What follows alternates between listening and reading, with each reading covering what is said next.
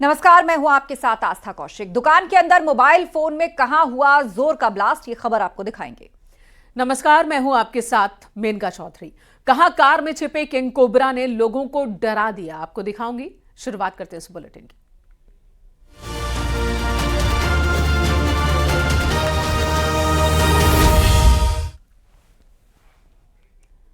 कानपुर में एक शख्स अपने फोन को ठीक कराने के लिए मोबाइल रिपेयर शॉप पर पहुंचा, लेकिन जैसे ही दुकानदार ने उसे फोन को खोलने की कोशिश की, तभी जोर का धमाका हुआ। आगे क्या हुआ इस रिपोर्ट में देखिए।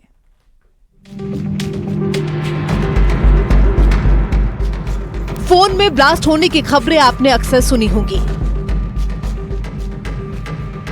कानपुर से भी एक ऐसा ही मामला सामने आया है। मोबाइल रिपेयर करने वाला दुकानदार जैसे ही मोबाइल की बैटरी निकाल रहा था, तभी जोर का ब्लास्ट हो गया।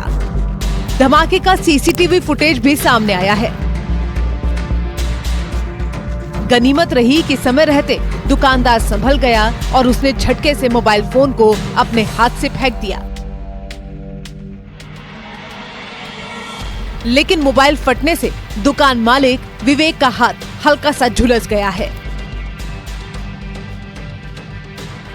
कानपुर देहात के अकबरपुर इलाके की ये घटना बुधवार के दिन की बताई जा रही है। शाम के वक्त एक शख्स मोबाइल रिपेयरिंग शॉप में अपना फोन ठीक कराने पहुंचा। फोन की बैटरी में कुछ दिक्कत आ रही थी। दुकान मालिक विवेक ने उसका फोन ठीक करने के लिए उसे खोलने की कोशिश की, लेकिन तभी कुछ ही क्षणों में फोन की बैटरी में जोरदार धमाका हो गया।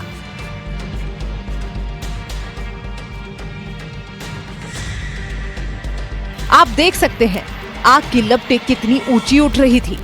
जिस शख्स का मोबाइल था उसने भी मुस्तैदी दिखाई और वो भी पीछे हट गया। इस वजह से दोनों की जान बच गई। मोबाइल के फटने की खबरें आती रहती हैं, हालांकि इसके पीछे की वजह क्या हो सकती है।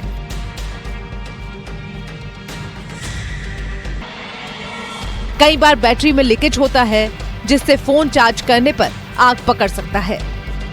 कई बार बैटरी फूल जाती है, इससे शॉर्ट सर्किट होने की संभावना बढ़ जाती है। वहीं प्रोसेसर बैटरी के पास ही लगा होता है, इसीलिए फोन पर ज्यादा लोड पड़ने पर प्रोसेसर गर्म होकर बैटरी को भी गर्म कर देता है। मोबाइल फोन हर घर में रहता है, बिना इसके काम भी नहीं चलता, इसीलिए फोन का इस्तेमाल करने में बेहद सावधानी बरतें। कानपुर से न्यूज़ 18 के लिए ओम बाबू मिश्रा की रिपोर्ट।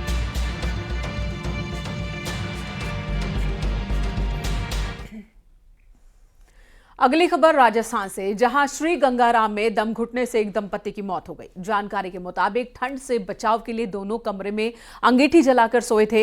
हादसे की जानकारी उस वक्त हुई जब परिवार के सदस्यों ने दरवाजा खटखटाया और अंदर से कोई जवाब नहीं मिला। अंगीठी जलाकर सोने वाले सावधान, ठंड से राहत पड़ जाएगी, जान पर भारी। कड़कड़ाती ठंड का सितम जब जब बढ़ता है, राहत के लिए अंगीठी का ख्याल बरबसी आने लगता है। फिर दिन हो या रात, ये राहत जरूरी के बाद मजबूरी बन जाती है और मजबूरी मौत की वजह। श्री गंगानगर के आरायण गांव के लोग सहमे हुए हैं, हैरान भी हैं कि आखिर एक रात में क्या से क्या हो गया। जिस अंगीठी को ठंड से राहत पाने के लिए कमरे में रखा गया, वही 2 लोगों की मौत की वजह बन गई। परमजीत सिंह और उनकी पत्नी रात के वक्त अंगीठी जलाकर सोए हुए थे, लेकिन सुबह लाख कोशिशों के बाद भी जब दरवाजा नहीं खुला तो कुंडी तोड़ी गई, जहां दोनों की मौत हो चुकी थी। बंद कमरे में आग या हीटर का प्रयोग ना करें।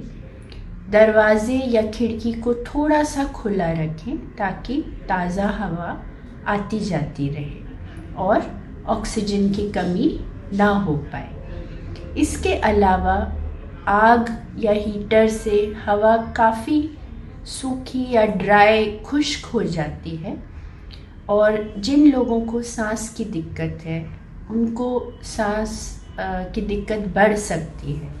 इसके लिए जब भी आप हीटर का प्रयोग करें तो पास में बर्तन में पानी रख सकते हैं या फिर ह्यूमिडिफायर का प्रयोग भी कर सकते हैं। डॉक्टरों की माने तो बंद कमरे में हीटर या अंगीठी जलाने से कार्बन मोनोऑक्साइड के अलावा कई जहरीली गैस निकलती हैं। कमरे में जैसे जैसे गर्मी बढ़ती है, ऑक्सीजन का लेवल कम होने लगता है और आखिर में ऑक्सीजन कम हो जाती है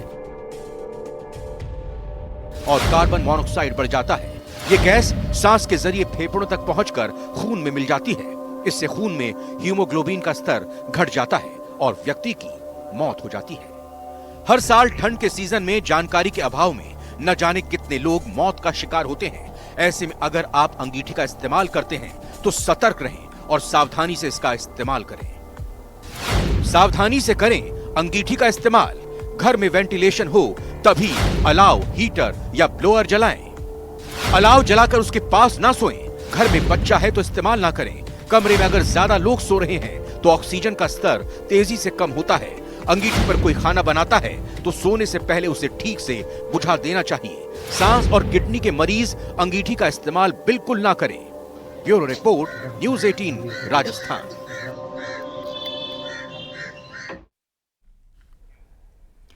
हरदोई में किंग कोबरा ने खूब दहशत मचाई। कई दिनों से रिहायशी इलाके में दिख रहे कोबरा ने कार पर ही डेरा जमा दिया। उसे काबू करने की कोशिश भी की गई, लेकिन उसने सबके पसीने छुड़ा दिए।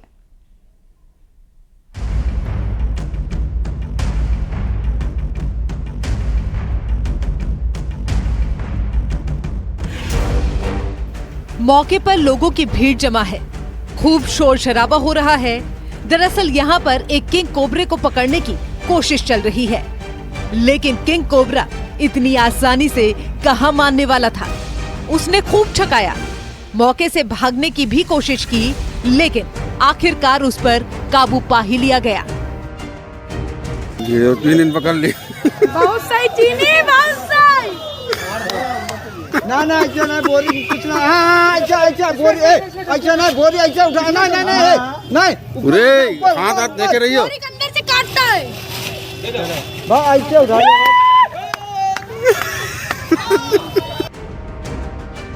दरअसल हरदोई के नटवीर पुलिया के पास एक गैरेज में पुरानी कार खड़ी थी।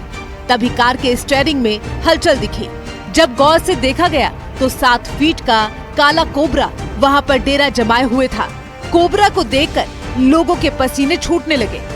धीरे धीरे मौके पर भीड़ बढ़ने लगी। बाद में कोबरा कार के बोनट पर आ गया। आनन फानन में पुलिस और वन विभाग को सूचना दी गई। इससे पहले कि वन विभाग के कर्मचारी उसे पकड़ने के लिए पहुंचते, मोहल्ले के ही 2 युवकों ने कोबरे को पकड़ने की कोशिश की और तिरपाल की मदद से उस पर काबू पाने लगे। सांप कार से निकलकर एक प्लॉट पर चला गया। आखिरकार मेहनत रंग लाई और कोबरा पकड़ में आ गया। तिरपाल की मदद से कोबरा को बोरी में बंद कर दिया गया। वहीं पर मौजूद किसी शख्स ने कोबरा पकड़ने का वीडियो भी बना लिया।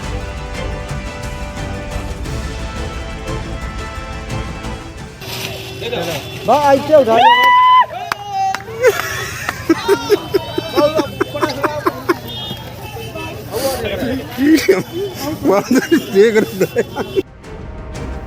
कहा जा रहा है कि कोबरा कुछ दिन पहले यही एक घर के पास दिखाई दिया था, जिससे लोग भी घबराए हुए थे।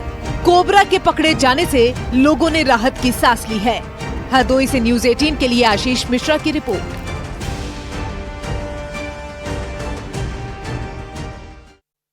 सहारनपुर में कार में अवैध तरीके से गैस रीफिलिंग का काम चल रहा था, लेकिन तभी अचानक कार की टंकी फट गई। पूरा मामला क्या है, इस रिपोर्ट में देखिए। कार में आग लगी हुई है। लोग बाल्टी में पानी लेकर आग पर काबू पाने की कोशिश कर रहे हैं। सहारनपुर के थाना गंगोह क्षेत्र के सांगा ठेड़ा गांव का ये मामला है, जहां अवैध तरीके से गैस सिलेंडर से कार में रिफिलिंग का काम चल रहा था। लेकिन तभी एक जोर का धमाका हुआ और इलाके में हड़कंप मच गया। कार में गैस भरते समय उसकी टंकी फट गई और ब्लास्ट हो गया। इसके बाद तो आसपास के घरों में रहने वाले लोग भी बाहर निकल आए। गली में लोगों का मजमा लग गया, ये देखने के लिए कि आखिर हुआ क्या है। जब बाहर आकर देखा तो पूरा माजरा समझ में आ गया। कार में लगी आग पर काबू पाने की कोशिश की जा रही थी, वहां से धुआं बाहर की तरफ आने लगा। काफी देर की मशक्कत के बाद आग पर काबू पाया जा सका, लेकिन तब तक कार पूरी तरह जलकर खाक हो चुकी थी, जिसके बाद वहां पर मौजूद लोगों ने राहत की सांस ली। गनीमत रही कि इसमें कोई हताहत नहीं हुआ। एक बड़ा हादसा होने से टल गया। इलाके में अवैध तरीके से गैस रिफिलिंग का काम हो रहा है। प्रशासन ने कई बार कार्रवाई भी की, लेकिन फिर भी लोग मानने को तैयार नहीं है। इस तरह अपने साथ दूसरों की जान को भी जोखिम में डाला जा रहा है। पुलिस को भी इस घटना की सूचना मिल गई है। अब पुलिस मामले की जांच कर कार्रवाई करने में जुटी है। सहारनपुर से न्यूज़ 18 के लिए देवेश त्यागी की रिपोर्ट।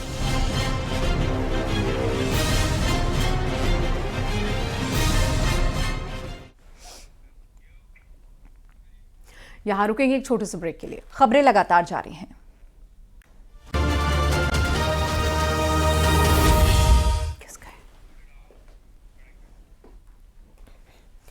प्रियंका गांधी के पति और व्यवसायी रॉबर्ट वाड्रा गांधी ने राम मंदिर पर निमंत्रण की राजनीति पर कहा कि मुझे कभी भी धार्मिक तरीके से अयोध्या बुलाया जाएगा तो मैं जरूर जाऊंगा।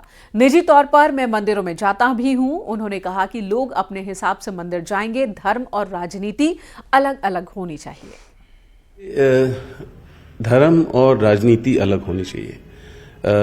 यहाँ हमारी आबादी इतनी ज़्यादा है, लोग अपने अपने भरोसे करते हैं अपने भगवान में। जब भी उनकी मुश्किलें होती हैं वो अपने मंदिर हो, मस्जिद हो, सब जगह जाके अपना मत्था टेकते हैं, अपनी मुश्किल वहाँ रखते हैं और उनकी क्षमता बढ़ती है जब वो अपने भगवान को याद करते हैं। क्योंकि हर समय कोई गवर्नमेंट नहीं होगी उनकी बात सुनने के लिए, तो वो अपने भगवान को याद करते हैं। तो उनको कोई ऐसे तरीका नहीं होना चाहिए राजनीतिक तरीका की धार्मिक धर्म को लेकर। और मेरे को लग रहा है कि अभी तो दिसंबर 2024 तक तो मंदिर बनेगा ही। तो अभी अगर सबको बोला जा रहा है और इनॉग्रेशन हो रहा है, इतना प्रेशर नहीं होना चाहिए और हमारे देश के लोगों को समझना चाहिए कि उनके अपने अपने धर्म हैं और उसको रिस्पेक्ट करना चाहिए। सर, सोनिया जी, मल्लिकार्जुन खड़गे जी नहीं जा रहे हैं, बीजेपी इसको बड़ा मुद्दा बना रही है। हालांकि उन्होंने सिर्फ 22 जनवरी को न जाने को बोला, उसके पीछे भी तर्क दिया कि शंकराचार्य नहीं जा रहे हैं, मंदिर कंप्लीट नहीं हुआ है। बिल्कुल, मंदिर कंप्लीट नहीं हुआ है, शंकराचार्य नहीं जा रहे हैं। और जहां भी अगर राजनीतिक इस्तेमाल होगा, धार्मिक या कोई भी ऐसी चीज, तो राजनीतिक तरीके से गलत होगा। पर मुझे लग रहा है कि अगर धार्मिक तरीके से हमें बुलाया जाए तो जरूर मैं अपने लिए बोल सकता हूं कि अगर मुझे कभी भी धार्मिक तरीके से बुलाया जाएगा तो मैं जरूर जाऊंगा। के प्राण प्रतिष्ठा करें तो राम मंदिर का न्योता ठुकराने को लेकर चौतरफा निंदा में घिरे कांग्रेस अध्यक्ष मल्लिकार्जुन खड़गे ने सफाई दी है। उन्होंने कहा कि मुझे जो न्योता मिला है वो निजी है।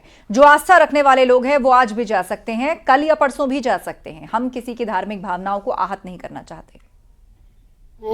स्टेटमेंट दिया प्रेस कॉन्फ्रेंस में, आपको कहा और वो 7 तारीख आपने प्रिंट किया, उसमें स्पष्ट है मेरा जो पर्सनल है या मुझे जो आया है उसके बारे में मैं बाद में कहूंगा। और जहां तक सवाल है, जो आस्था रखने वाले लोग हैं वो आज भी जा सकते हैं, कल भी जा सकते हैं, परसों भी जा सकते हैं। ये आप ही के पेपर में आप पढ़ लीजिए।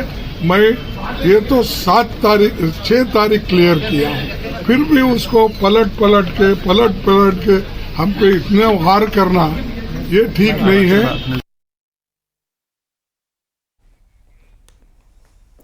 उधर संभल में यूपी अल्पसंख्यक आयोग के अध्यक्ष अशफाक सैफी ने राम मंदिर का विरोध करने वालों को आड़े हाथ लिया। उन्होंने कहा कि भगवान राम की प्राण प्रतिष्ठा का विरोध करने वाले रावण के वंशज हैं। प्राण प्रतिष्ठा के दिन मुसलमान भी दिए जलाएंगे, दीपावली मनाएंगे। रावण के परिवार के लोग हैं तो इसलिए नहीं चाहते भगवान राम के दर्शन। अगर ये नहीं कर पाएंगे तो इनका दुर्भाग्य है। भगवान श्री राम सबके हैं और उसको बाकायदे जो मंदिर का निर्माण हुआ है, प्राण प्रतिष्ठा हुई है, वो अपने भारत के संविधान के अनुरूप हुई है और हमारे सुप्रीम कोर्ट के आदेश से हुई है। उसमें किसी प्रकार की कोई शुबा, कोई किसी में कोई गलतफहमी नहीं है। और सबसे बड़ी बात यह है कि इस मंदिर के प्राण प्रतिष्ठा में अल्पसंख्यक समाज भी अपने घरों पर दीप जलाएगा, दीप ज्योति जलाएगा, दिवाली मनाएगा। केंद्रीय शहरी विकास मंत्री हरदीप सिंह पुरी प्रेस कॉन्फ्रेंस करके उन्होंने कहा बीजेपी सरकार में तेजी से विकास हो रहा है, लोगों को का जो जीवन स्तर है वो ऊपर उठा है। हरदीप पुरी ने कहा कि पहले की सरकारों ने केवल नारा दिया था। How is that transforming the lives of our people? I want to go now away from Pradhan Mantri Awas Yojana, which is one where you can empirically measure the number of homes you have grounded, where you can empirically measure the homes you have given to the beneficiaries. I want to, and Swanidhi I gave you, I want to go to the urban transport. Because transforming the lives now, I don't have any ready calculation of what the contribution of cities is to the country's GDP. We were having a discussion this morning. I think it should be around 60-65%.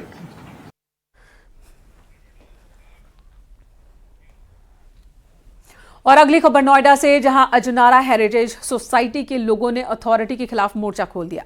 Society से सटी green belt में ये mobile tower लगा है। लोगों ने tower से निकलने वाले रेडिएशन का जिक्र करते हुए टावर का विरोध किया है।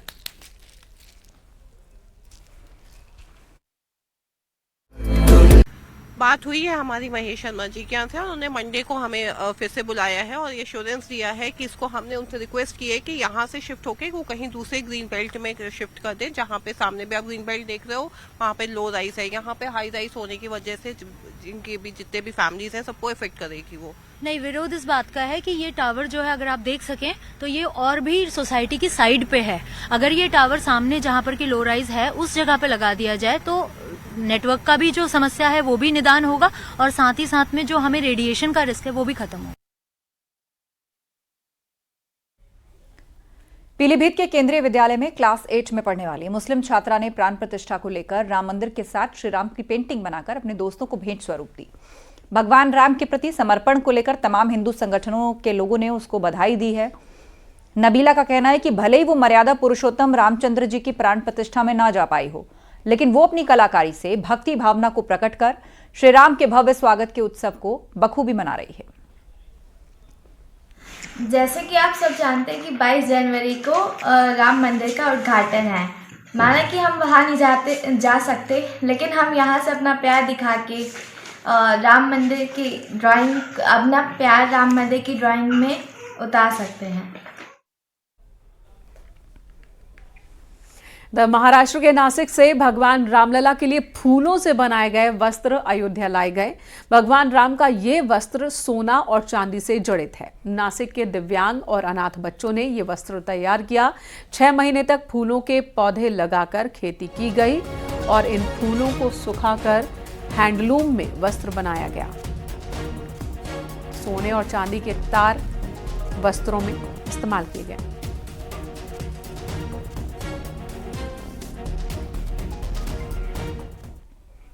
और इसी के साथ इस बुलेटिन में बस इतना ही।